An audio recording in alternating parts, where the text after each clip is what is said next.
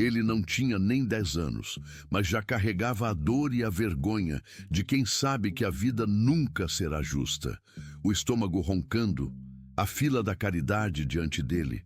Mas hoje, Lucas não estava ali apenas para pedir. Ele estava prestes a aprender que a verdadeira caridade não é dar, mas lutar pelo que é seu. Antes de começar, se inscreva no canal e deixe o like. Você pode nos ajudar a crescer e continuar entregando histórias como esta. O sol estava de rachar, daqueles que faz a poeira subir e grudar na garganta da gente. Lucas apertava a barriga com as 2 mãos, numa tentativa inútil de enganar a fome que roncava lá dentro. Ele não tinha nem 10 anos, mas já carregava o peso de quem sabe que a vida não dá moleza.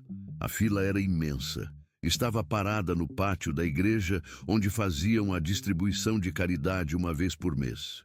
Era o dia do milagre para o bairro. O dia em que se podia conseguir um sabonete decente, um pacote de arroz e, com sorte, uma lata de sardinha que não estivesse amassada demais. Lucas estava ali há quase 3 horas. Ele não estava sozinho. A multidão era um mar de cansaço e esperança contida. Mas ele se sentia isolado, porque tinha uma missão. Não podia voltar para casa só com a quentinha básica. A mãe tinha ficado doente de novo, e a irmãzinha, a pequena Sofia, precisava desesperadamente de um par de meias que não estivesse furado. Ele observava o balcão. Voluntários sorridentes, ou nem tanto, entregavam os pacotes padronizados. No final da mesa, havia uma pilha de coisas extras, algumas roupas de segunda mão, cadernos escolares e brinquedos velhos. Era ali que Lucas tinha que mirar. A cada passo lento, o coração dele batia mais forte. A vergonha de pedir misturava-se à urgência da necessidade. É uma coisa estranha, a caridade, não é? Ela te alimenta, mas ao mesmo tempo te lembra exatamente o lugar onde você está. Quando finalmente chegou a vez de Lucas, ele respirou fundo. Ele era pequeno, mas tentou parecer firme. "Bom dia, meu filho. Qual o seu nome?" perguntou a voluntária que parecia mais cansada do que os próprios necessitados. "Lucas." Ela pegou o pacote padrão, 1 quilo de fubá, um sabonete azul e uma marmita de feijão com arroz. "Pronto. Próximo." Lucas não se moveu. Ele olhou para a pilha de roupas, especificamente para um par de meias brancas, meio encardidas, mas inteiras. "Moça," ele começou, a voz sumindo. Eu poderia pegar aquelas meias? É para a minha irmãzinha. Ela está com os pés gelados à noite." A voluntária franziu a testa. Ela não era má, mas estava no fim da sua paciência. "Não, meu querido. As meias são extras e só distribuímos depois que a fila acabar. Se sobrar, você volta." Lucas sabia que se voltasse não sobraria nada. Ele tinha que tentar mais uma vez. Ele viu um caderno brochura, daqueles de capa dura, meio roxa. Ele precisava de um caderno. A professora tinha dito que ele não podia mais usar a folha solta de pão. E o caderno? "Eu posso levar um caderno? Eu prometo que vou usar para estudar." Nesse momento, um homem que estava supervisionando a ponta da mesa, um sujeito de camisa social limpa e óculos de aro fino, se aproximou. Ele era o Sr. Osvaldo, o coordenador da distribuição, e ele não gostava de desorganização. Ele colocou a mão no ombro de Lucas, mas não era um toque carinhoso, era um toque de contenção. "Escuta aqui, garoto. Você já pegou sua refeição e seu kit de higiene. Isso é o suficiente." Lucas sentiu o rosto esquentar. Ele olhou para as meias, depois para o caderno. A necessidade era grande, mas o constrangimento era maior. "Por favor, senhor, é que eu preciso de um caderno para a escola." O Sr. Osvaldo suspirou alto, para que todos na fila ouvissem. Ele usou aquele tom de voz que os adultos usam quando querem ensinar uma lição humilhante. "Olha só, Lucas, a caridade não é um buffet onde você escolhe o que quer. Nós damos o que é necessário. Você já pegou o seu.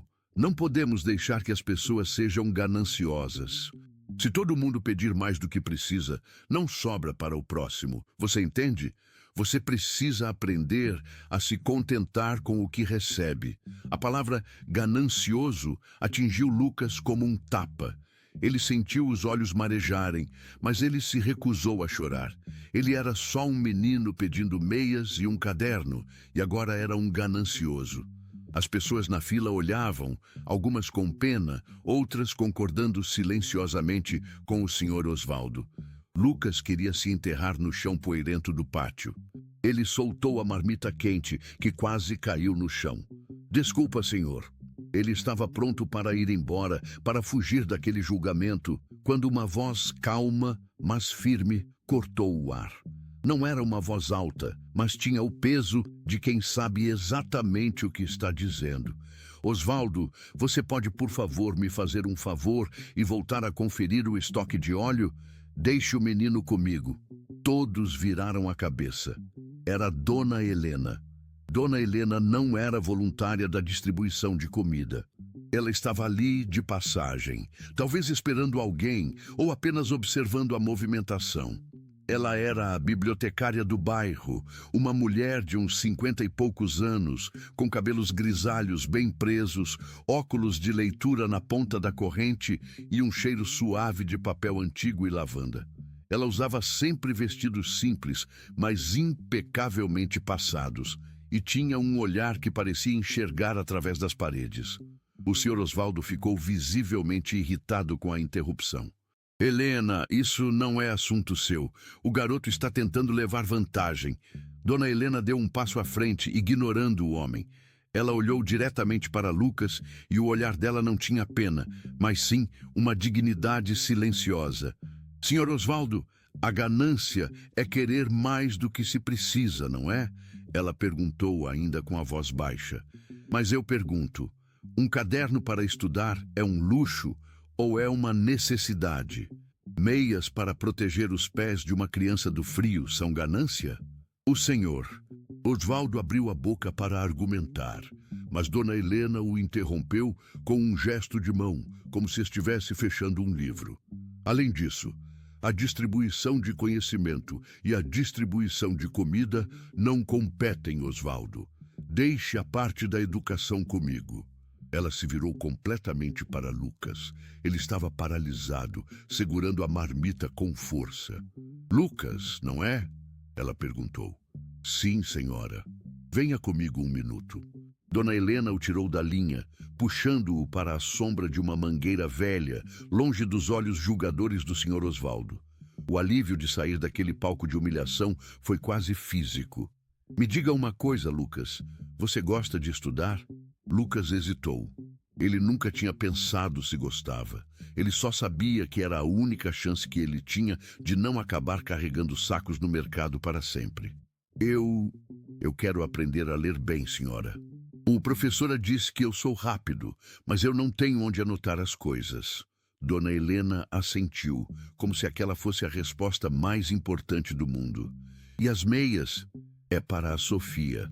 Ela tem 3 anos. A bibliotecária tirou de sua bolsa de tecido, que parecia sempre cheia de mistérios, uma pequena sacola de pano. Dentro havia um par de meias de tricô, grossas e limpas, de cor vermelha vibrante. Diga à Sofia que estas meias são quentes. Elas foram feitas por uma senhora que gosta muito de crianças. Leve. Lucas pegou as meias. Ele sentiu o calor do tricô e a cor era tão forte, tão alegre, que parecia um presente de verdade, não uma sobra. Obrigado, senhora. Muito obrigado. De nada, Lucas. E quanto ao caderno, eu não tenho cadernos aqui, mas eu tenho algo muito melhor. Dona Helena vasculhou novamente a bolsa e puxou um objeto fino, plastificado e colorido. Era um cartão de biblioteca. Você sabe o que é isso, Lucas? É um cartão, senhora. É o seu passaporte. É o seu cartão de acesso ao lugar mais rico da cidade. É a biblioteca municipal. Lucas olhou para o cartão, confuso. Mas, senhora, eu não tenho dinheiro para pagar os livros. Dona Helena sorriu, um sorriso que iluminou seu rosto e fez seus olhos brilharem. Na biblioteca, Lucas, o único preço que você paga é a curiosidade. O conhecimento é o único tesouro que, quanto mais você pega, mais ele se multiplica. E ninguém nunca vai te chamar de ganancioso por querer mais conhecimento. Aliás, nós te encorajamos a ser o mais ganancioso possível lá dentro. Ela segurou a mão de Lucas e colocou o cartão na palma dele, fechando seus dedos em volta do plástico. Eu sou a Dona Helena. Sou a bibliotecária-chefe. Você vem me ver amanhã? Eu te mostro a biblioteca. Lucas hesitou. O peso da humilhação anterior ainda estava fresco. Ir à biblioteca parecia um mundo distante, um lugar de gente arrumada e inteligente.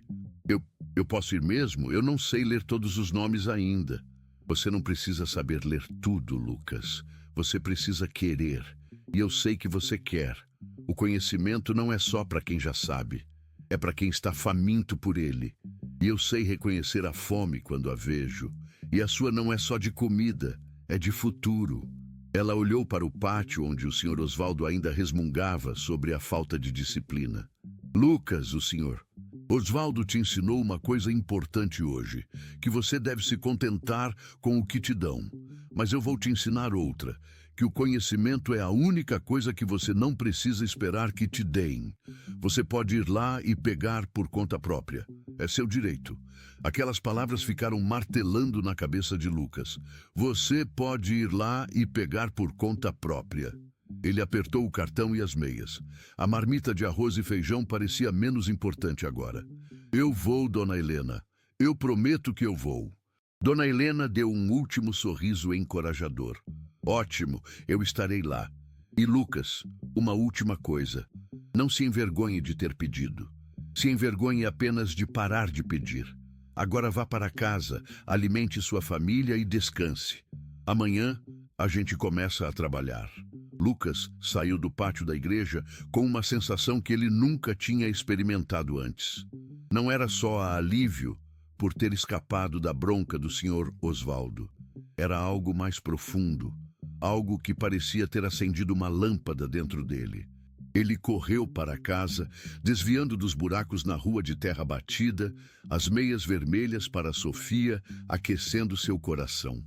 Chegando na sua casinha de madeira, ele encontrou a mãe deitada e Sofia brincando no chão com um pedaço de barbante. Mãe, olha! Ele mostrou as meias. A mãe sorriu, fraca. Que lindas, meu filho! Onde conseguiu? Uma senhora me deu. E olha só! Ele tirou o cartão da biblioteca do bolso e o mostrou, orgulhoso. Ela disse que eu posso pegar quantos livros eu quiser. E que lá dentro ninguém é ganancioso. Sofia imediatamente quis pegar o cartão, achando que era um brinquedo novo. Lucas o guardou rapidamente, com um cuidado que ele nunca dedicava a nada. Não, Sofia, isso aqui é importante, isso aqui é meu futuro. Ele comeu a marmita rapidamente, dividindo o feijão e o arroz com a mãe e a irmã. Mas pela primeira vez, a fome que ele sentia não era só no estômago. Era na cabeça, era na vontade de saber o que estava escrito em todos aqueles livros que Dona Helena prometeu. A noite caiu pesada e quente.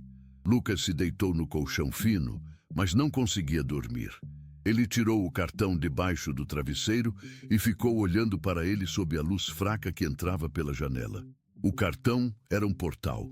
Ele repassava a cena do Sr. Osvaldo, a palavra ganancioso ainda o ferindo. Mas então ele lembrava do rosto calmo de Dona Helena dizendo: o conhecimento é a única coisa que você não precisa esperar que te deem. Você pode ir lá e pegar por conta própria. Naquele momento, Lucas entendeu que a vergonha de ser pobre não era dele. A vergonha era de quem julgava, e que para sair daquele ciclo de precisar pedir, ele precisava de uma arma. E essa arma não estava no pacote de arroz, nem no sabonete azul, estava na biblioteca. O desafio era grande. Ele sabia que a biblioteca era um lugar sério. Ele era só um menino de rua, com roupas velhas e pés sujos. Ele temia o julgamento dos outros leitores, o silêncio pesado, a sensação de ser um peixe fora d'água. Mas a promessa de Dona Helena era mais forte que o medo. Na manhã seguinte, Lucas acordou antes do sol nascer. Não lavou o rosto para economizar água, mas limpou os sapatos o máximo que pôde com um pano velho. Guardou o cartão da biblioteca no bolso interno da camisa, junto ao coração. Ele sabia onde era a biblioteca. Era um prédio grande, de tijolos vermelhos, que ele só tinha visto de longe, sempre pensando que aquele lugar não era para gente como ele. Ele tomou um copo de água e disse à mãe que ia sair para procurar um bico. Mas ele sabia para onde estava indo. A caminhada era longa, atravessando o bairro pobre e chegando à área mais central da cidade. Quanto mais ele se aproximava, mais limpas as ruas ficavam, mais altos os prédios. Ele sentia os olhares dos poucos pedestres que passavam, mas ele tentava manter a cabeça erguida, lembrando-se da dignidade de Dona Helena. Quando ele finalmente parou em frente ao prédio da biblioteca municipal, o medo quase o fez voltar. As portas eram de vidro pesado e ele podia ver, através delas, prateleiras infinitas que subiam até o teto, repletas de cores e formatos. Parecia um templo. Ele engoliu em seco. "Não seja ganancioso", a voz do Sr. Osvaldo ecoou. Mas logo em seguida, a voz suave de Dona Helena sussurrou: "Seja o mais ganancioso possível lá dentro." Lucas respirou fundo, apertou o cartão no bolso e empurrou a porta.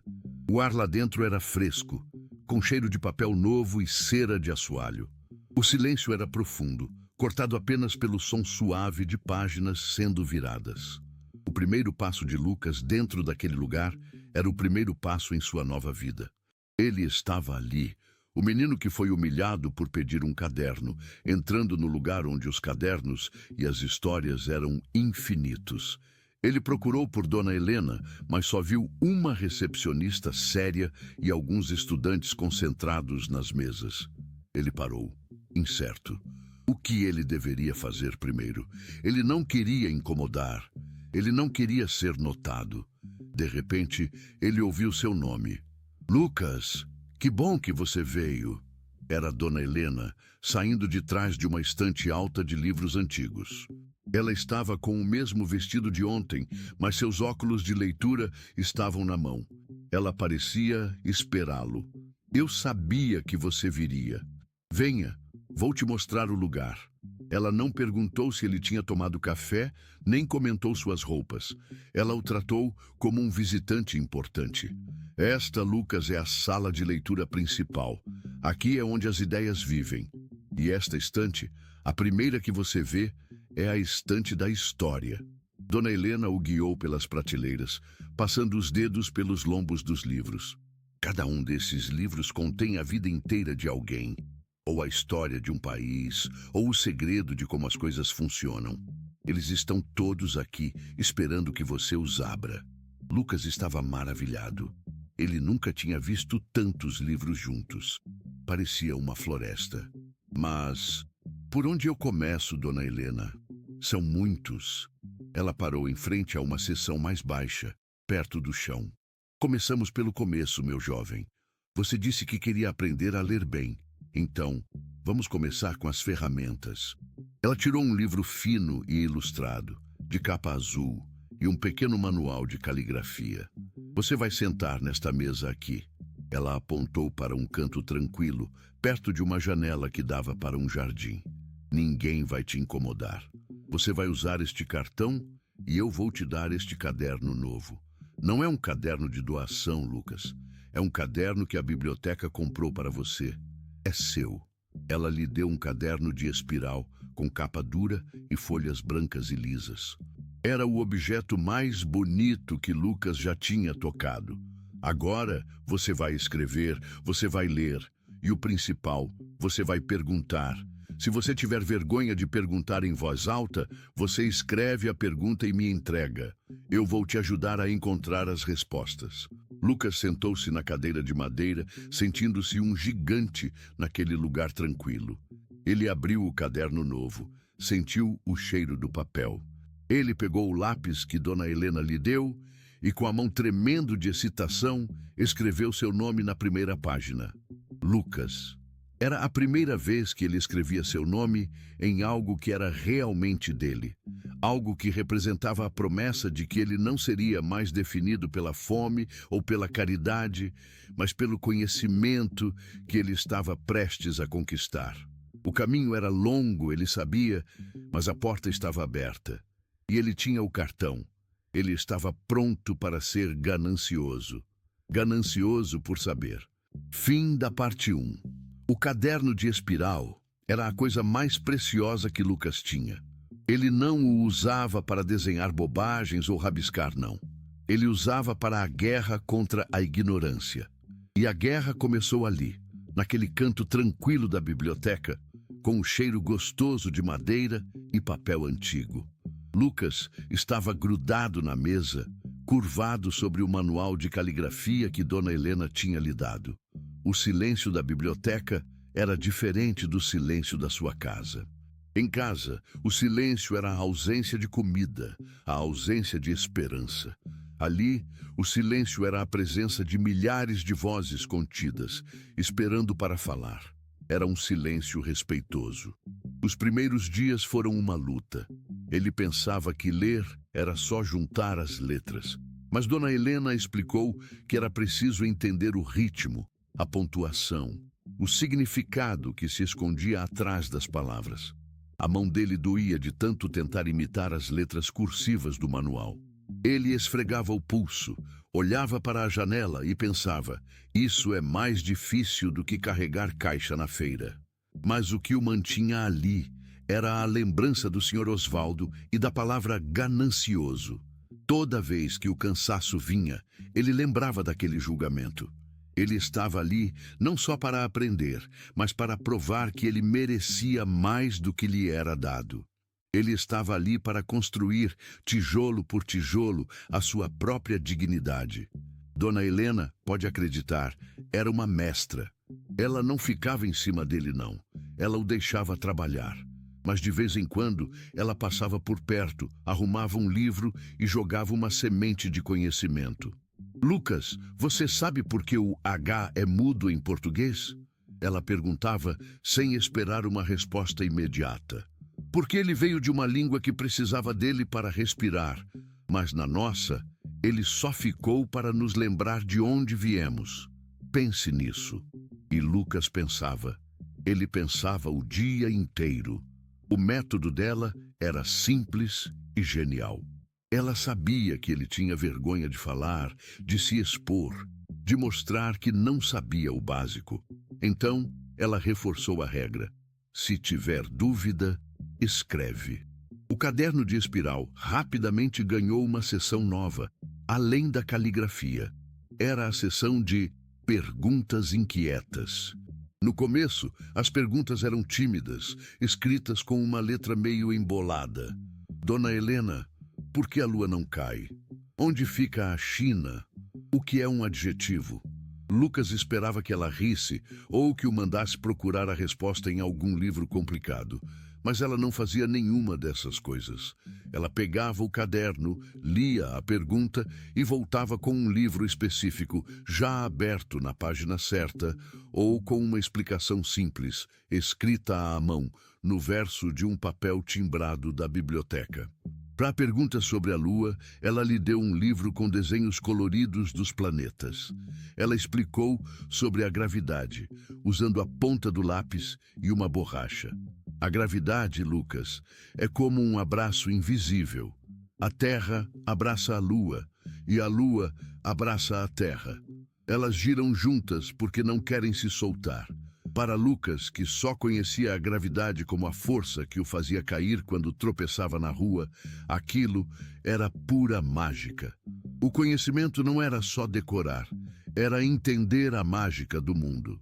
Com o passar das semanas, o menino se transformou em uma sombra da biblioteca.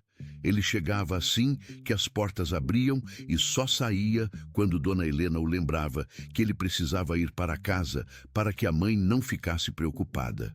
Ele já não sentia tanto medo dos outros leitores. Os estudantes universitários, com seus laptops e livros enormes, mal notavam sua presença. E se notassem, não demonstravam o julgamento frio que ele temia. Ele percebeu que, ali dentro, todos estavam ocupados demais em suas próprias jornadas para se importarem com a roupa ou o sapato dele.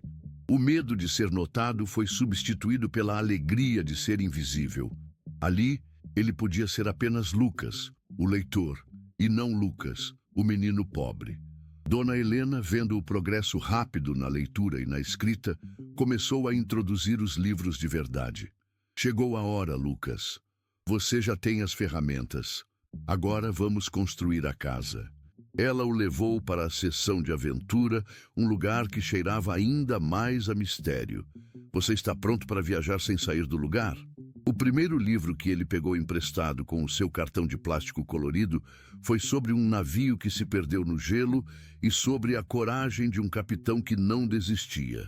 O título era grande demais para ele decorar, mas a história... a história. Quando Lucas abriu o livro, ele parou de ler palavras e começou a ver cenas. Ele podia sentir o frio do Ártico, o cheiro de sal e gelo, o ranger da madeira do navio. Ele podia ouvir a voz do capitão dando ordens. Ele lia devagar no começo, tropeçando nas sílabas mais longas, mas a urgência da trama o impulsionava. Ele precisava saber o que acontecia a seguir. Ele não estava mais lendo para aprender a ler. Ele estava lendo para viver outras vidas. Naquela semana, a mãe de Lucas notou a mudança. Ele estava mais cansado fisicamente, porque ainda tinha que fazer uns bicos para ajudar com o dinheiro do pão, mas estava mais acordado, mais luminoso. Você está estudando muito, meu filho, disse a mãe, enquanto ele dividia o pão com manteiga. Não é só estudar, mãe. É como se eu vivesse em dois lugares. Aqui e no navio do capitão Nansen. E a maior alegria veio quando ele começou a ler para Sofia. Sofia, a irmãzinha que precisava das meias vermelhas, sentava-se no chão encostada na mãe e ficava hipnotizada enquanto Lucas lia os contos de fadas simples que Dona Helena também lhe emprestara. A voz de Lucas, antes baixa e hesitante, ganhava confiança ao narrar a história da princesa que falava com os pássaros. Naqueles momentos, Lucas sentia a verdadeira força do conhecimento. Não era só para ele, era algo que ele podia dar, um presente que não diminuía quando compartilhado. Era o único luxo que ele podia oferecer à sua família e era de graça. O cartão da biblioteca, aquele pedacinho de plástico, era realmente um passaporte. Um dia, Dona Helena o chamou para sua mesa, no fundo da sala. Lucas, você está lendo muito bem, mas agora eu quero que você me conte o que você aprendeu de mais importante no livro do capitão. Lucas pensou um pouco. Ele poderia falar sobre o gelo ou sobre a bússola, mas ele escolheu outra coisa. Eu aprendi, Dona Helena, que o medo não é a coisa mais perigosa. A coisa mais perigosa é desistir de saber para onde você está indo. O capitão não tinha mapa, mas ele tinha a certeza de que precisava tentar. Dona Helena sorriu, um sorriso de satisfação profunda. Exatamente, meu jovem. O mapa está nos livros, mas a coragem de ir é sua. Naquele dia, ela lhe deu acesso a um novo tesouro, a seção de ciências. Você perguntou sobre a lua. Agora, vamos entender como as máquinas voam, como as plantas crescem e como o corpo humano funciona. Lucas mergulhou de cabeça nos livros de ciência. Ele era um menino que tinha visto a mãe doente muitas vezes, e agora ele estava lendo sobre germes, vitaminas e a importância da higiene. Ele ligou os pontos, a falta de sabonete na distribuição, a água suja do bairro, a fraqueza da mãe. O conhecimento era poder, mas era também uma forma de proteção. Ele começou a aplicar o que aprendia. Ele passou a ferver a água de casa, insistiu que a mãe lavasse as mãos mais vezes e tentou explicar para ela sobre a importância de comer a pouca verdura que eles conseguiam. A mãe, de início, achava graça daquele doutorzinho que vinha da biblioteca, mas ela via a seriedade nos olhos dele. O tempo voava. Lucas ia à escola de manhã, fazia seus bicos à tarde e corria para a biblioteca no meio. Ele não podia ficar o dia inteiro, como gostaria, mas cada hora ali era ouro. Uma tarde, ele estava na fila para pegar um livro de volta quando ouviu uma conversa na mesa de empréstimo. Um senhor estava reclamando que seu filho tinha perdido um livro e que a multa era cara. Ele estava furioso, dizendo que a biblioteca era um lugar elitista. Lucas ouviu a recepcionista explicar com paciência que as multas eram necessárias para repor os livros e manter o acervo.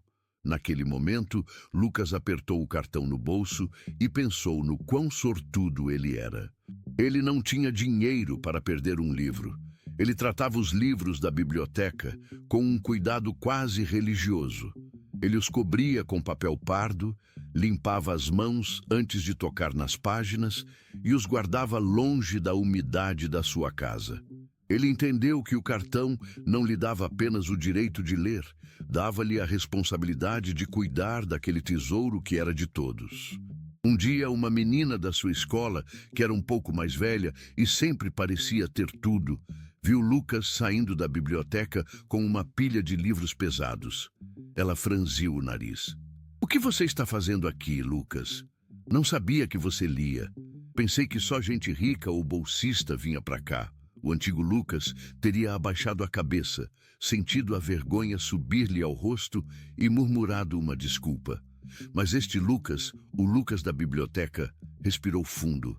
Ele tinha lido sobre a história da Grécia, sobre a invenção da imprensa, sobre como o conhecimento foi negado aos pobres por séculos. Ele tinha a história do mundo nas costas. "Eu sou um leitor, sim. E a biblioteca é de todo mundo que quer aprender. É de graça. Você deveria tentar." A menina ficou sem resposta. Ela esperava a submissão, mas recebeu a confiança. Lucas seguiu seu caminho, com a cabeça erguida.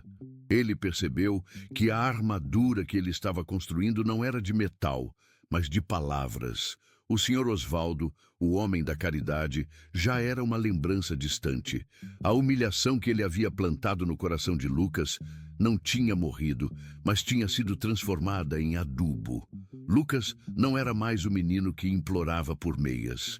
Era o menino que exigia o seu direito ao saber. Dona Helena observava tudo de longe, com a satisfação silenciosa de um jardineiro que vê a semente brotar.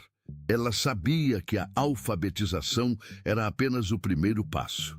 O próximo desafio de Lucas seria maior: aplicar aquele conhecimento à realidade dura de sua vida, e não apenas usá-lo como fuga. Numa tarde, Lucas estava lendo um livro sobre invenções simples. Ele ficou fascinado com a ideia de criar algo que pudesse melhorar a vida das pessoas. Ele olhou para o seu bairro, para as ruas escuras, para as casas sem saneamento.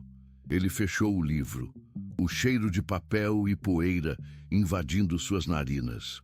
Ele entendeu que não bastava saber como as coisas funcionavam. Ele precisava descobrir como fazer as coisas funcionarem melhor no lugar onde ele vivia. Ele pegou seu caderno de espiral, agora quase cheio de caligrafia e perguntas inquietas, e virou para a última página em branco. Ele escreveu, com a letra agora firme e legível, um novo título: Projetos.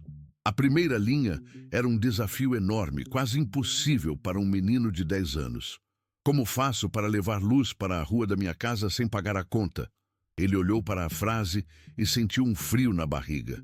O mesmo frio que sentiu ao empurrar a porta de vidro da biblioteca pela primeira vez. Ele tinha saído da vergonha de pedir para a coragem de tentar criar. O caminho do conhecimento era longo, e Lucas sabia que agora ele não estava só aprendendo a ler.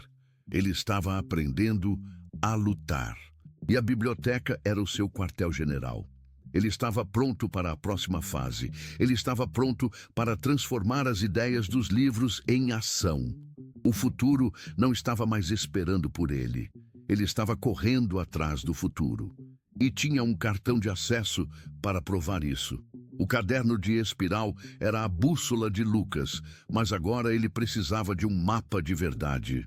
A pergunta que ele tinha escrito, aquela sobre levar luz para a rua, não era uma pergunta de geografia ou de história, era uma pergunta de engenharia, e ele não tinha a menor ideia de como começar.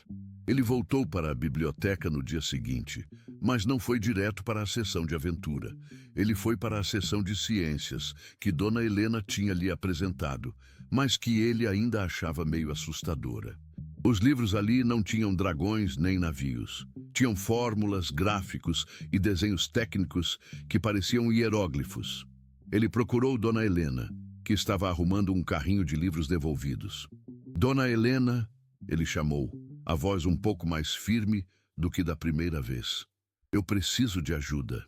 Eu tenho um projeto, mas os livros que eu estou lendo falam de coisas que eu não entendo. Eles falam de watts e volts e corrente alternada. Dona Helena sorriu, sem parar de empilhar os volumes. Ela não minimizou o desafio dele. Você está na parte mais difícil, Lucas. A parte onde a teoria tem que virar prática. É como aprender a nadar lendo um livro. Você sabe os movimentos, mas só vai aprender quando pular na água. Ela o levou a uma estante escondida, onde havia livros mais antigos e aparentemente mais simples. A solução para um problema complexo nem sempre está no livro mais novo. Às vezes, está na sabedoria de quem já teve pouco e precisou inventar. Você não precisa de uma usina nuclear. Você precisa de algo que funcione no seu quintal. Ela tirou um livro fino, de capa amarelada, sobre invenções sustentáveis e de baixo custo. Tente este, e não se preocupe com o que você não entende. Foque no que você pode fazer. Lucas levou o livro para o seu canto. Ele folheou as páginas e, no meio de desenhos de fogões solares e filtros de água feitos com carvão, ele encontrou um diagrama que parou o seu coração. O título era simples, Luz Engarrafada. A invenção era tão boba que parecia piada, mas o texto explicava com seriedade. Uma garrafa plástica transparente, cheia de água e um pouco de água sanitária, para evitar algas, instalada no telhado. A água funcionava como um difusor, captando a luz do sol e a espalhando por dentro da casa com a potência de uma lâmpada de 40 a 60 watts. De graça. Lucas olhou para o desenho. Era exatamente o que ele precisava para a sua rua, onde a escuridão da noite era quebrada apenas por um ou outro poste distante, e onde o dia mal entrava nas casas pequenas e escuras. Ele sentiu uma onda de excitação misturada com o medo de que aquilo fosse bom demais para ser verdade. Ele pegou o caderno de espiral e escreveu com a letra agora apressada as anotações sobre os materiais. Garrafa PET de 2 litros, água, um pouco de água sanitária e um selante, massa de calafetar, para prender a garrafa no buraco do telhado. O próximo desafio não era intelectual, mas logístico. Onde um menino pobre conseguiria esses materiais? Ele precisava de garrafas e isso era fácil. Ele começou a juntar as garrafas jogadas nas lixeiras e na beira da estrada enquanto voltava para casa. Mas o selante e a água sanitária, isso custava dinheiro. Lucas não podia pedir dinheiro à mãe, pois ela mal tinha para o pão. Ele precisava de um bico. Naquela semana, a biblioteca viu menos Lucas. Ele estava na rua, carregando sacolas, varrendo calçadas, fazendo qualquer coisa para juntar as moedas necessárias. Ele não estava mais envergonhado de trabalhar. Ele estava trabalhando para um propósito. Quando ele finalmente juntou o suficiente para comprar um pequeno tubo de selante e um frasco de água sanitária, a sensação de conquista foi imensa. Ele não tinha pedido, ele tinha ganhado com o suor do seu esforço e com o conhecimento que o guiou. Ele voltou à biblioteca não para ler, mas para mostrar a Dona Helena o seu progresso. Dona Helena, eu consegui! Ele abriu o caderno na página do diagrama e mostrou as garrafas PET limpas que ele carregava em uma sacola. Eu vou fazer a luz engarrafada. Dona Helena inspecionou os materiais com a seriedade de um engenheiro. Muito bom, Lucas, mas me diga, você pensou no risco? Você vai ter que subir no telhado. Lucas tinha pensado nisso. O telhado da sua casa era de zinco, quente e escorregadio. Eu não sou muito pesado, Dona Helena, e eu vou devagar. Eu li que o buraco precisa ser menor que a garrafa, para a água não vazar. E você tem as ferramentas? Ela perguntou. Ele balançou a cabeça desanimado. Não, eu só tenho uma faca velha que minha mãe usa. Dona Helena refletiu por um momento. Ela foi até sua bolsa de tecido, a mesma bolsa de onde tirara as meias de Sofia, e puxou não um livro, mas um canivete suíço multiuso. Isso aqui é do meu marido. Ele é um faz-tudo. Você promete que vai usar com cuidado e me devolver amanhã? É uma ferramenta de precisão, Lucas. Não é para brincar. Lucas pegou o canivete. O metal frio e polido pesava em sua mão. Era a primeira vez que ele segurava uma ferramenta de verdade, algo que servia para construir, não para cortar comida. Eu prometo, Dona Helena, eu vou cuidar dele. Naquele dia, ele foi para casa com a mochila cheia de garrafas e o canivete no bolso, sentindo-se um verdadeiro explorador. Chegando em casa, ele explicou o plano para a mãe. A mãe dele, que não tinha muita fé em ciência, ficou cética, mas permitiu. Se cair do telhado, eu te pego, meu filho. Mas não quebre o telhado que mal temos. Lucas esperou o sol baixar um pouco para o telhado não estar tão quente e subiu. A tarefa de medir, cortar o zinco com o canivete e encaixar a garrafa foi muito mais difícil do que o livro fazia parecer. Ele suou, a mão escorregou e ele quase deixou o selante cair. Mas ele lembrava da lição da biblioteca. A persistência era o preço do conhecimento aplicado. Finalmente, depois de quase 2 horas, ele conseguiu. Ele encheu a garrafa com água e umas gotinhas de água sanitária, selou a borda com a massa cinzenta e esperou. Ele desceu do telhado, o corpo tremendo de cansaço, e entrou na casa escura. A luz do sol da tarde, que antes mal passava pela pequena janela, agora encontrava a garrafa no telhado. A água, agindo como um prisma, capturava a luz e a irradiava para dentro da casinha. Não era uma luz elétrica forte, mas era uma luz clara, limpa e difusa. O canto onde Sofia brincava, que antes era escuro e sombrio, agora estava iluminado com um brilho suave e constante. A mãe de Lucas soltou um pequeno grito de surpresa. Meu Deus, Lucas, é um milagre. Não é milagre, mãe, disse Lucas, limpando o suor da testa. É física, é a refração da luz. Sofia, que estava acostumada com a penumbra, levantou a mão para tocar o brilho. É uma estrela, Lucas? É melhor que uma estrela, Sofia. É a nossa própria luz. Naquela noite, a família jantou sob a luz mais clara que já tinham tido. Aquele brilho, vindo de uma simples garrafa de plástico, era mais do que iluminação. Era a prova de que o conhecimento funcionava, de que ele podia, de fato, mudar a vida deles. A notícia da lâmpada de água se espalhou rapidamente pela rua. Os vizinhos, acostumados a desconfiar de tudo que era novo, vieram espiar. Eles viram a luz dentro da casa de Lucas e ficaram maravilhados. Como você fez isso, menino? Perguntou Dona Lúcia, a vizinha mais próxima, uma senhora que vivia reclamando das contas de energia. Lucas, que antes gaguejava para pedir um caderno, agora explicava com confiança o princípio da refração, a importância do selante e o custo zero da energia solar. Ele não estava mais falando sobre a vida do Capitão Nansen. Ele estava falando sobre a vida deles. Eu li num livro na biblioteca, ele explicou, e é fácil de fazer. A Dona Lúcia, que tinha um telhado de amianto ainda mais escuro que o de Lucas, pediu: Lucas, você faria uma para mim? Eu te dou a garrafa. E assim, o projeto de Lucas deixou de ser pessoal e se tornou comunitário. Nos dias seguintes, Lucas passou suas tardes não só na biblioteca, mas também nos telhados do bairro.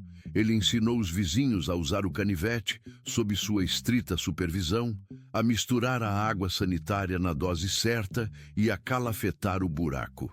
Ele se tornou o menino da luz.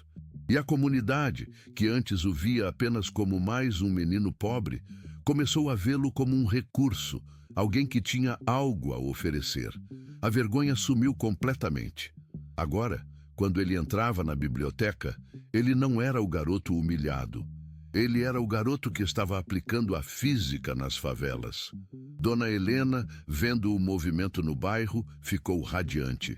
Ela sabia que a verdadeira medida do conhecimento não era o quanto se memoriza, mas o quanto se usa para ajudar. Ela o chamou um dia, quando ele devolvia o canivete limpo e polido. Lucas, você tem feito um trabalho maravilhoso. Você saiu do papel e foi para o telhado. Foi o canivete que ajudou Dona Helena. E o livro? O canivete e o livro são ferramentas. A inteligência e a coragem são suas. Agora me diga, o que você vai fazer quando todas as casas da sua rua tiverem a luz engarrafada? Você vai parar? Lucas apertou o canivete uma última vez antes de devolvê-lo. Não, Dona Helena, eu não posso parar. Quando eu estava lendo sobre as invenções, eu li sobre saneamento. A água que a gente usa para lavar a roupa e que escorre na rua, ela está nos deixando doentes.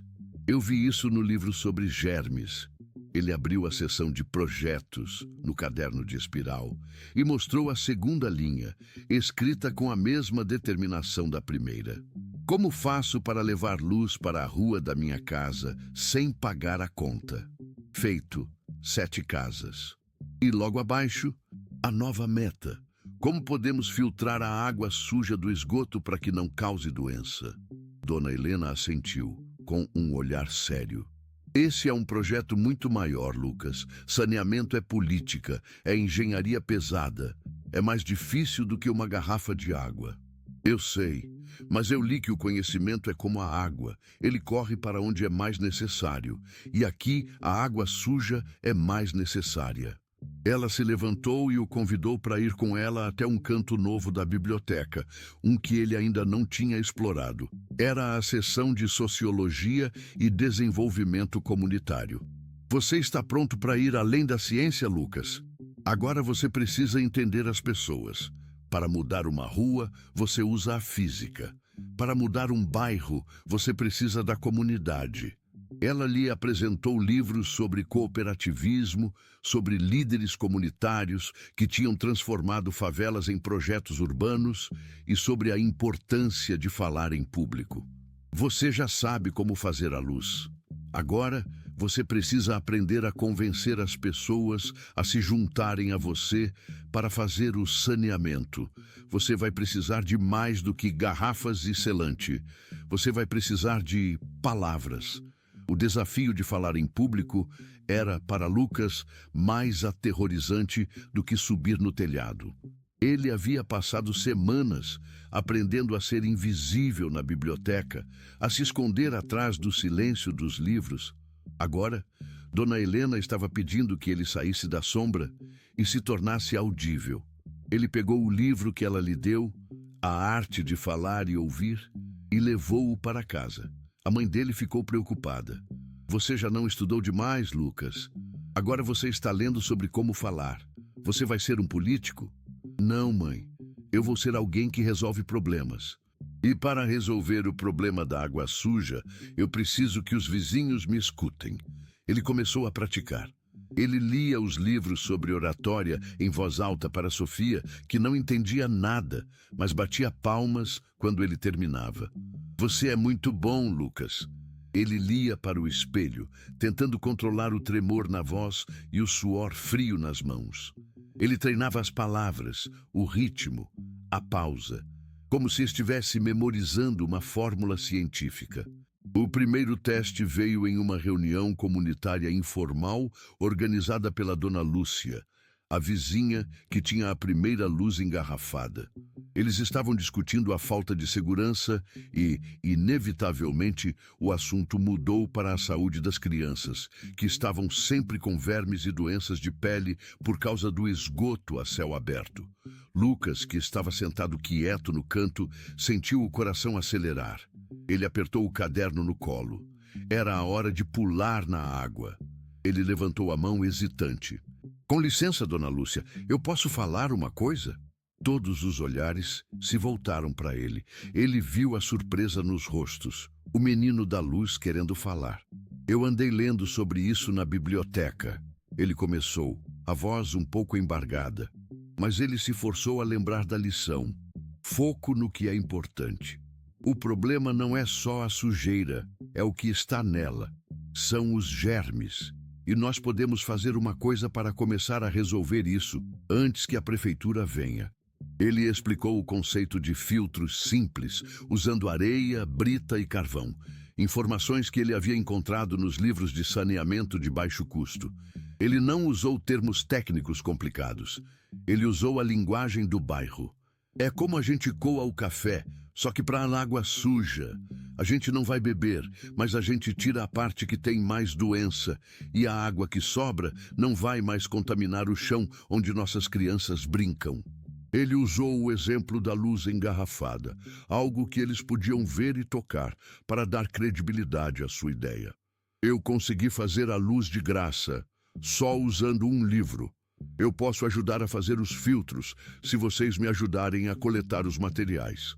O silêncio na sala era diferente do silêncio da caridade. Não era um silêncio de julgamento, mas de consideração. O Sr. Osvaldo tinha chamado Lucas de ganancioso.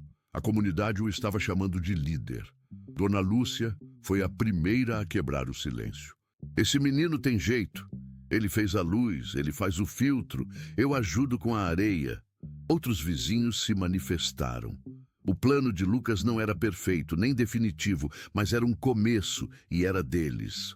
Lucas saiu da reunião exausto, mas com uma euforia que o fazia flutuar. Ele tinha falado e tinha sido ouvido. Ele tinha usado as palavras não para pedir, mas para mobilizar. No dia seguinte, ele contou a Dona Helena sobre a reunião. Ela estava emocionada. Você viu, Lucas? Você encontrou a sua voz. Eu não teria encontrado se o Sr. Osvaldo não tivesse me feito sentir tanta vergonha. Eu me forcei a aprender para que ninguém nunca mais me humilhasse. Dona Helena parou o que estava fazendo e olhou para ele com ternura. A vergonha foi a sua primeira professora, Lucas. Ela te empurrou para a biblioteca, mas agora você não está mais fugindo da vergonha. Você está buscando a justiça. E essa é uma motivação muito mais forte. Ela pegou o livro de oratória. Você vai precisar de livros mais sérios agora. Você está deixando de ser um aluno e está se tornando um agente de mudança.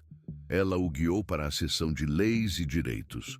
Se o saneamento do seu bairro não chega, é porque alguém não está fazendo o trabalho. Você precisa saber quais são os direitos da sua comunidade e como você pode exigi-los. O conhecimento não é só para construir, é para brigar. Lucas olhou para os livros de capa dura, com títulos longos sobre Constituição e Código Civil. Eram livros sérios, pesados, que pareciam cheirar a tinta de cartório.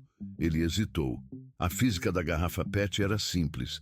As leis e a burocracia pareciam um labirinto sem saída. Dona Helena, eu não sou advogado. Eu sou só um menino. Você é um leitor, Lucas. E o leitor que entende as leis tem mais poder do que o advogado que só as decora. Você não precisa ser um advogado. Você precisa saber o que é seu por direito. Ela tirou um livro sobre o Estatuto da Criança e do Adolescente. Comece por aqui. Leia sobre o direito à saúde e ao saneamento básico. Quando você souber o que o governo deve fazer, a sua voz terá o peso da lei. Lucas pegou o livro. O medo da humilhação tinha sido superado pela confiança na ciência. Agora, ele precisava superar o medo da autoridade. Ele levou o livro para casa, junto com manuais sobre construção de fossas sépticas caseiras. Naquela noite, sob a luz da lâmpada engarrafada, Lucas não estava apenas lendo sobre seus direitos. Ele estava se armando. Ele sabia que o caminho para o saneamento seria longo e que envolveria enfrentar não apenas a sujeira, mas a indiferença e a burocracia. Mas ele tinha o seu caderno de espiral, cheio de projetos e a certeza de que a biblioteca era o seu arsenal.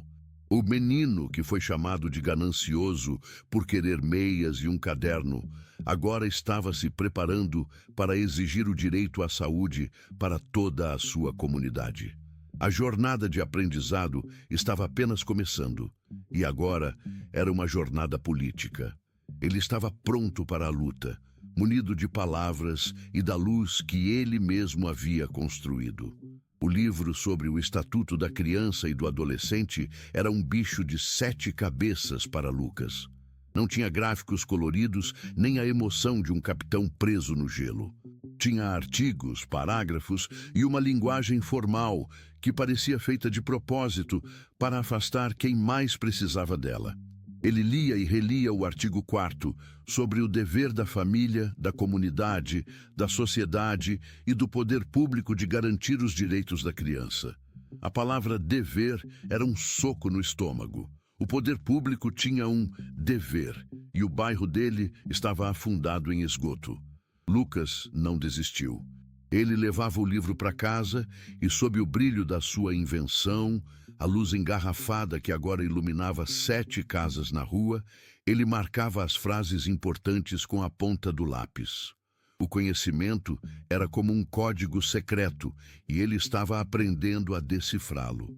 A maior descoberta não foi sobre a gravidade ou a refração, foi sobre a diferença entre pedir e exigir. Quando o Sr. Osvaldo o humilhou no pátio da igreja, Lucas estava pedindo caridade. Agora, munido da lei, ele estava pronto para exigir um direito. Ele combinou os manuais de saneamento de baixo custo com o livro de sociologia. A teoria era: se a prefeitura não vinha, a comunidade tinha que se organizar para se proteger e, ao mesmo tempo, usar essa organização como prova de que mereciam o investimento público. O primeiro passo foi mobilizar o bairro para construir os filtros caseiros. Lucas não era mais apenas o menino da luz. Ele era o coordenador de saneamento. Dona Lúcia ajudava a recolher os baldes de areia. O seu Pedro, que era pedreiro e estava desempregado, ajudava a cavar os buracos para assentar os filtros. Lucas usava o caderno de espiral para desenhar os diagramas, explicando onde colocar o carvão, que ele conseguiu de restos de churrasco, a brita e a tela. A obra não era bonita, era improvisada, mas funcionava. A água que saía das casas e escorria para o chão do beco passava pelos filtros e saía menos turva, menos fedida. Não era potável, claro, mas já não era um veneno tão mortal para as crianças que brincavam por ali. O trabalho de Lucas não era só técnico, era político. Ele precisava manter a esperança acesa, e a melhor forma de fazer isso era mostrando resultados. Dona Helena, na biblioteca, acompanhava à distância. Lucas vinha todos os dias, mas agora ele passava menos tempo lendo ficção e mais tempo lendo relatórios e artigos de jornal sobre a falta de saneamento na periferia. Você está se tornando um estrategista, Lucas, ela comentou um dia, enquanto ele lia um livro sobre como escrever ofícios formais.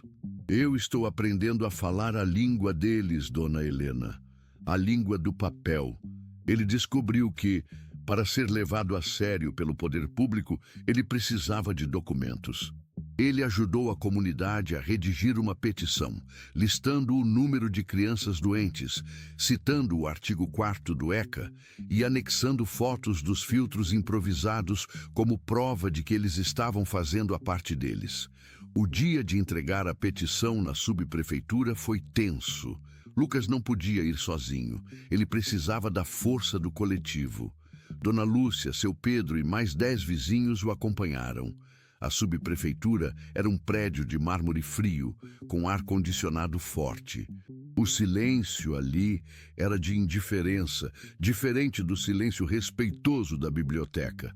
Eles foram direcionados para uma sala de espera, onde ficaram por quase 2 horas. Quando finalmente foram atendidos, foi por um funcionário jovem e apressado, que mal olhou para a petição. Certo, certo. Mais uma demanda de saneamento. Vamos protocolar e entrará na fila de prioridades.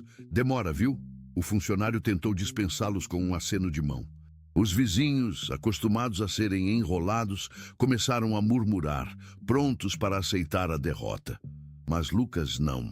Ele deu um passo à frente. Ele vestia a única camisa limpa que tinha e o caderno de espiral estava na mão, pronto para ser consultado. Com licença, senhor, disse Lucas, a voz surpreendentemente clara e firme. Eu sou Lucas, morador da Rua 22. Nós não viemos apenas para protocolar um pedido, viemos para cobrar um dever. O funcionário levantou os olhos, surpreso pela audácia do garoto. Ah, é? E qual é o seu dever, garoto? Nosso dever é proteger as nossas crianças. E estamos fazendo isso com filtros improvisados que aprendemos a fazer com o conhecimento da biblioteca.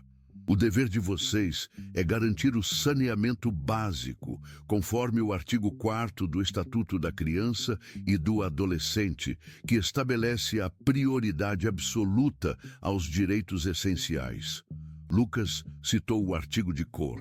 Ele não estava implorando por caridade, ele estava usando a arma do Estado contra o próprio Estado. O funcionário piscou.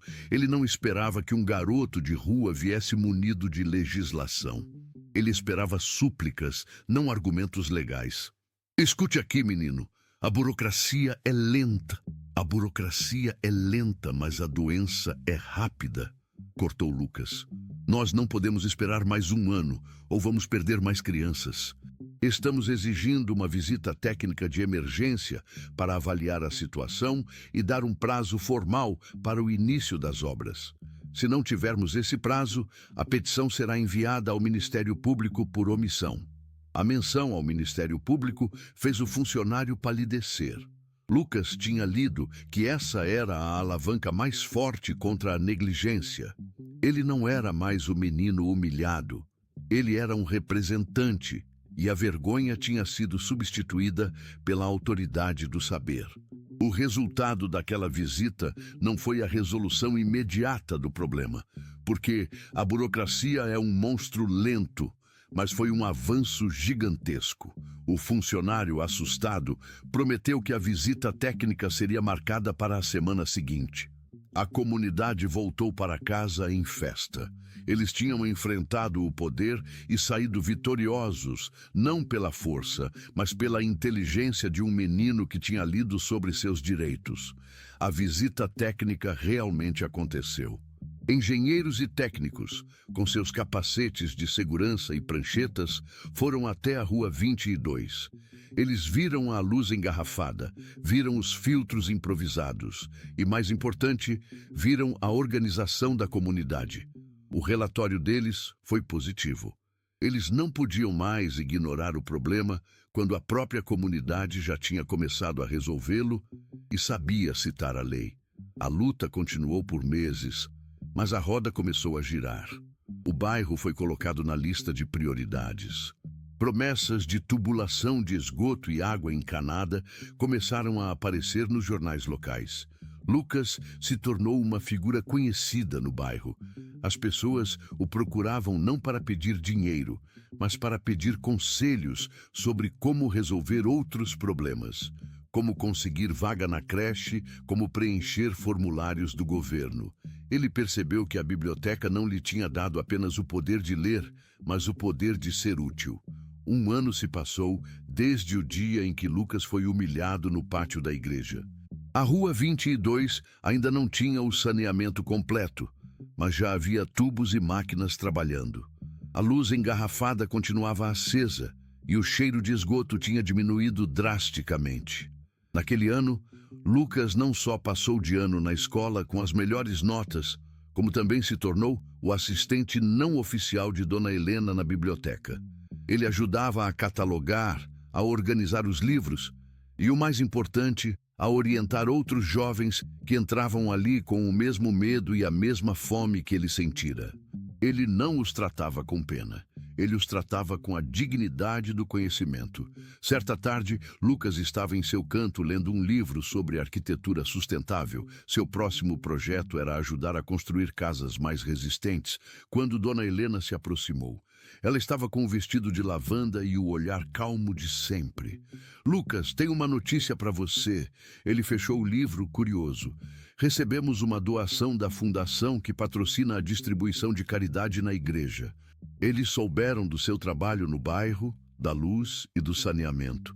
E o Sr. Osvaldo, que agora está em outra função, nos enviou uma carta. Lucas sentiu um frio na barriga ao ouvir o nome do homem.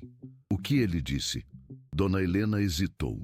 Ele disse que a fundação decidiu lhe conceder uma bolsa de estudos integral para que você possa continuar na escola e se dedicar aos seus projetos, sem precisar fazer bicos. Eles querem investir no jovem líder comunitário Lucas. O rosto de Lucas esquentou. Era uma ironia cruel. O mesmo lugar que o havia humilhado por pedir um caderno, agora lhe oferecia um futuro, mas não como caridade, e sim como reconhecimento do seu mérito. E o que o Sr. Osvaldo escreveu na carta, Dona Helena? Ela sorriu. Ele não escreveu nada de pessoal, Lucas, mas ele anexou uma nota, apenas 2 palavras. Ela tirou um pequeno pedaço de papel do bolso. Lucas pegou-o. Estava escrito com uma letra formal e apressada, a caligrafia do Sr. Osvaldo. Sem ganância. Sadeletil. Lucas soltou uma risada baixa e amarga. Ele ainda não entendeu, não é? Ele entendeu que você não é mais o menino que ele podia mandar embora. Ele entendeu que o conhecimento que você pegou por conta própria o tornou intocável. E que o que ele chamou de ganância, nós chamamos de ambição digna. Lucas amassou o papel do Sr. Osvaldo. Ele não precisava mais daquele julgamento, nem da raiva que ele gerava. A vergonha tinha cumprido seu papel. O que eu faço com a bolsa, Dona Helena? Você aceita e usa para pagar o seu tempo. Agora você tem tempo para ler tudo o que precisa para ser o arquiteto, o engenheiro e o advogado que o seu bairro merece. Lucas olhou para o cartão da biblioteca, que ele ainda guardava religiosamente na carteira, ao lado dos poucos trocados. O plástico estava gasto de tanto ser manuseado. Eu nunca mais vou parar de ler, Dona Helena. Eu vi o que acontece quando a gente não sabe. Dona Helena colocou a mão no ombro dele, um toque leve, mas cheio de peso. O conhecimento, Lucas, não é um destino, é uma jornada, e você está só no começo. Você já sabe como mudar a luz e a água de uma rua. Agora você vai aprender a mudar o mapa do mundo.